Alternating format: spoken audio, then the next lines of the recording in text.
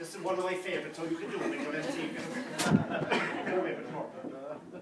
Now this is the Cork motorbike, everybody knows it. Whether it was Paddy who worked out this wonderful plan, or Biddy who mentioned it first to her man, I'll tell you this tale as I read it, and you can judge for yourselves who deserves all the credit. They were sitting all alone one night, waiting the examiner on Ireland's own, when Biddy read of a friar called Augustine, who to glory had gone through spontaneous combustion. Bless us, says Biddy, what can that be? Hold on, says Paddy, that's a thing that lights up by itself and goes off in the quiet. Now, says Biddy, with your motorbike, with its engine and pipes and plugs that won't spark, get something spontaneous and don't break your heart. Paddy was awful tough with the steel. All day he would work, and all night he would dream, with magnets and coils and spare pieces of tractor. He produced this machine of fearsome character. When all was complete, being advised by a pal, he decided to try her along the South Mall. The fame of this bike having spread near and far, he was joined by his cousins from Carricknabar. So that's that.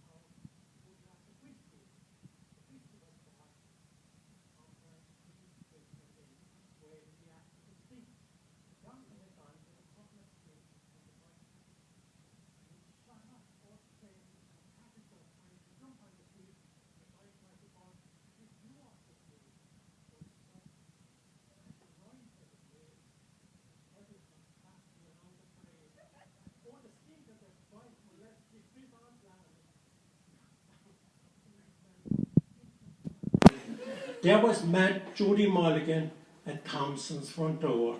She had read all the prophets from Job to all more. 'Tis the end of the world, she says, Babylon falls. And she ran like a hare for Peter and Paul's. He very night killed a boy at the statue. Hi, get out, young brat, you. Well, he stepped in the pedal and he pulled in the wire, and before he knew it, she was into Glanmire. For the further she went, the more power she got, and Pat couldn't stop her if he were to be shot. And for Cormac, a friend of his, shouted ahoy. Before Pat could reply, she was into Fermoy. The next place he saw was the great town of Cahir. Who should he knock down but O'Connell's grey mare? So they phoned on to Castle to warn the police. By the time they arrived, he was through Abbey Leaks. For Naas in Kildare, he never was struggling, but to save him, the police tried to shoot him in Dublin. His cap was shot off, and his clothes were all torn, but that bike headed straight for the mountains of Mourne. With police in pursuit of each town that he passed, the fire brigade were waiting outside of Belfast. And when Pat came inside, they turned on the hose. What a chilly reception. The cold north, I suppose. With blood in its bumpers like spots on a thrush, this machine never stopped till she sighted Portrush. And there for the blue pool, poor Pat felt her diving. His hair stood in his head 'cause he hated high diving.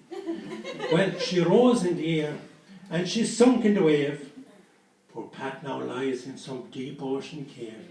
At least Biddy has given up all hopes of finding him now, and he's pictured and appeared on the Cork Holly bow.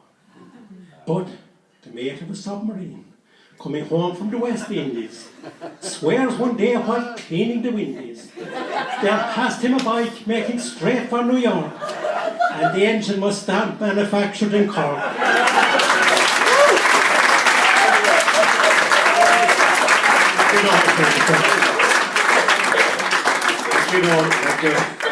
I think it's time for a bit of music.